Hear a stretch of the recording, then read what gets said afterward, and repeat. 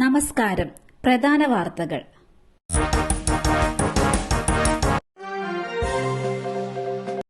ഈശ്വർ മാൽപേ തിങ്കളാഴ്ച അർജുന്റെ വീട്ടിലെത്തും. വരുന്നത് നിലവിലെ സാഹചര്യം അറിയിക്കാനും കുടുംബത്തെ സമാധാനിപ്പിക്കാനും. ഷിരൂർ മണ്ണിടിച്ചിലിൽ കാണാതായ അർജുന്റെ വീട്ടിൽ മുങ്ങൽ വിദഗ്ധൻ ഈശ്വർ മാൽപേ എത്തും. അർജുന്റെ കണ്ണാടിക്കലെ വീട്ടിലെത്തി കുടുംബത്തെ കാണും. തിങ്കളാഴ്ച രാവിലെ 11 മണിയോടെ ഈശ്വർ മാൽപേ കോഴിക്കോടെത്തും. കുടുംബത്തെ നിലവിലെ സാഹചര്യം അറിയിക്കാനും സമാധാനിപ്പിക്കാനുമാണ് വരുന്നതെന്ന് ഈശ്വർ മാൽപേ വ്യക്തമാക്കി. അതേസമയം ഷിരൂരിൽ അർജുനായുള്ള തിരച്ചിൽ അനിശ്ചിതത്വം തുടരുന്നു. ഡ്രഡ്ജർ എത്തും വരെ ദൌത്യം നിർത്തിവച്ചിരിക്കുകയാണ്. ഡ്രഡ്ജർ എന്ന് എത്തുമെന്ന കാര്യത്തിൽ ഇതുവരെ വ്യക്തതയില്ല. ഡ്രഡ്ജർ എത്തിക്കാനുള്ള പണം നൽകാൻ തയ്യാറെന്ന് ട്രക്ക് ഉടമ മനാഫ് പറഞ്ഞു. ഡൈവിംഗ് അടക്കം എല്ലാ തരത്തിലുമുള്ള രക്ഷാദൌത്യവും ഗംഗാവലി പുഴയിൽ നിർത്തിവച്ചിരിക്കുകയാണ്. പാർട്ടി കഴിഞ്ഞ് മടങ്ങിയ വിദ്യാർത്ഥിയെ ലിഫ്റ്റ് വാഗ്ദാനം ചെയ്ത് പീഡിപ്പിച്ചു. പ്രതിയെ തെരഞ്ഞ പോലീസ്. പാർട്ടി കഴിഞ്ഞ വീട്ടിലേക്ക് മടങ്ങുന്ന വിദ്യാർത്ഥിനിയെ ലിഫ്റ്റ് വാഗ്ദാനം ചെയ്ത് ബൈക്കിലെത്തിയ ആൾ ബലാത്സംഗം ചെയ്തു. ബംഗളൂരു നഗരത്തിലെ കോളേജിലെ അവസാന വർഷ ഡിഗ്രി വിദ്യാർത്ഥിയാണ് പീഡനത്തിന് ഇരയായത്. കോറമംഗലയിൽ സുഹൃത്തുക്കൾ സംഘടിപ്പിച്ച പാർട്ടിയിൽ പങ്കെടുത്ത് മടങ്ങവെ പുലർച്ചെ 1-നും 1:30-ക്കും ഇടയിലായിരുന്നു സംഭവം. ബൈക്കിൽ ലിഫ്റ്റ് വാഗ്ദാനം ചെയ്തെത്തിയാൽ യുവതിയെ പീഡിപ്പിക്കുകയായിരുന്നുവെന്നും സംഭവത്തിൽ കേസെടുത്ത് അന്വേഷണം ആരംഭിച്ചെന്നും additional police commissioner Raman Gupta മാധ്യമങ്ങളോട് പറഞ്ഞു. കേസിൽ ഒരാളെ മാത്രമാണ് സംശയിക്കുന്നതെന്നും സംഭവസ്ഥലം സന്ദർശിച്ചതായും പോലീസ് വ്യക്തമാക്കി. പെൺകുട്ടിയെ സ്വകാര്യ ആശുപത്രിയിൽ പ്രവേശിപ്പിച്ചു. പെൺകുട്ടി ആരോഗ്യം വീണ്ടെടുക്കുന്നതായി പോലീസ് അറിയിച്ചു.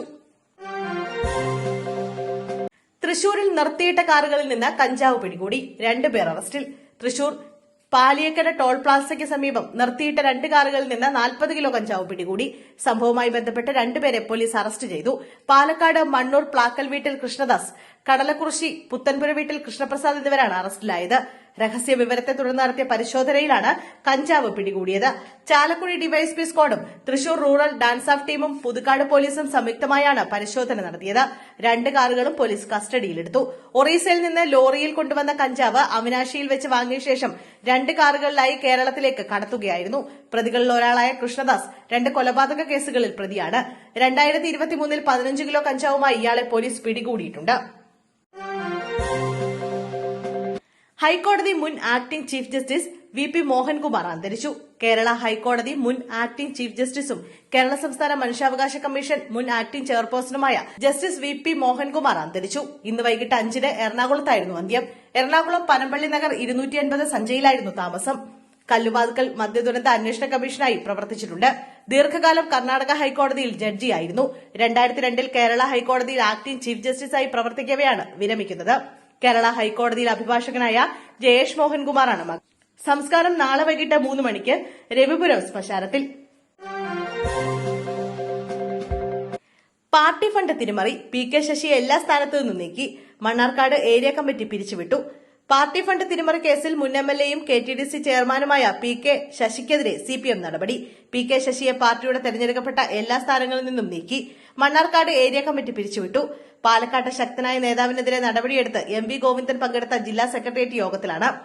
ഇന്ന് എം.വി. ഗോവിന്ദന്റെ സാന്നിധ്യത്തിൽ ചേർന്ന പാർട്ടി ജില്ലാ സെക്രട്ടേറിയറ്റ് യോഗത്തിലാണ് നടപടി. മണ്ണാർക്കാട് ഏരിയ കമ്മിറ്റി ഓഫീസ് നിർമ്മാണ ഫണ്ടിൽ തിരിമറി നടത്തിയതാണ് ആരോപണം. പുത്തലത്ത് ദിനേശിന്റെ നേതൃത്വത്തിലുള്ള സമിതിയാണ് ആരോപണം സംബന്ധിച്ച് അന്വേഷിച്ചത്. പി.കെ. ശശി അധ്യക്ഷനായ യൂണിവേഴ്സൽ കോളേജ് നിയമനത്തിലും ക്രമക്കേട് അന്വേഷണത്തിൽ കണ്ടെത്തിയെന്നാണ് വിവരം. ഇതോടെ പി.കെ. ശശിക്ക് പാർട്ടിയുടെ പ്രാഥമിക അംഗത്വം മാത്രമായി.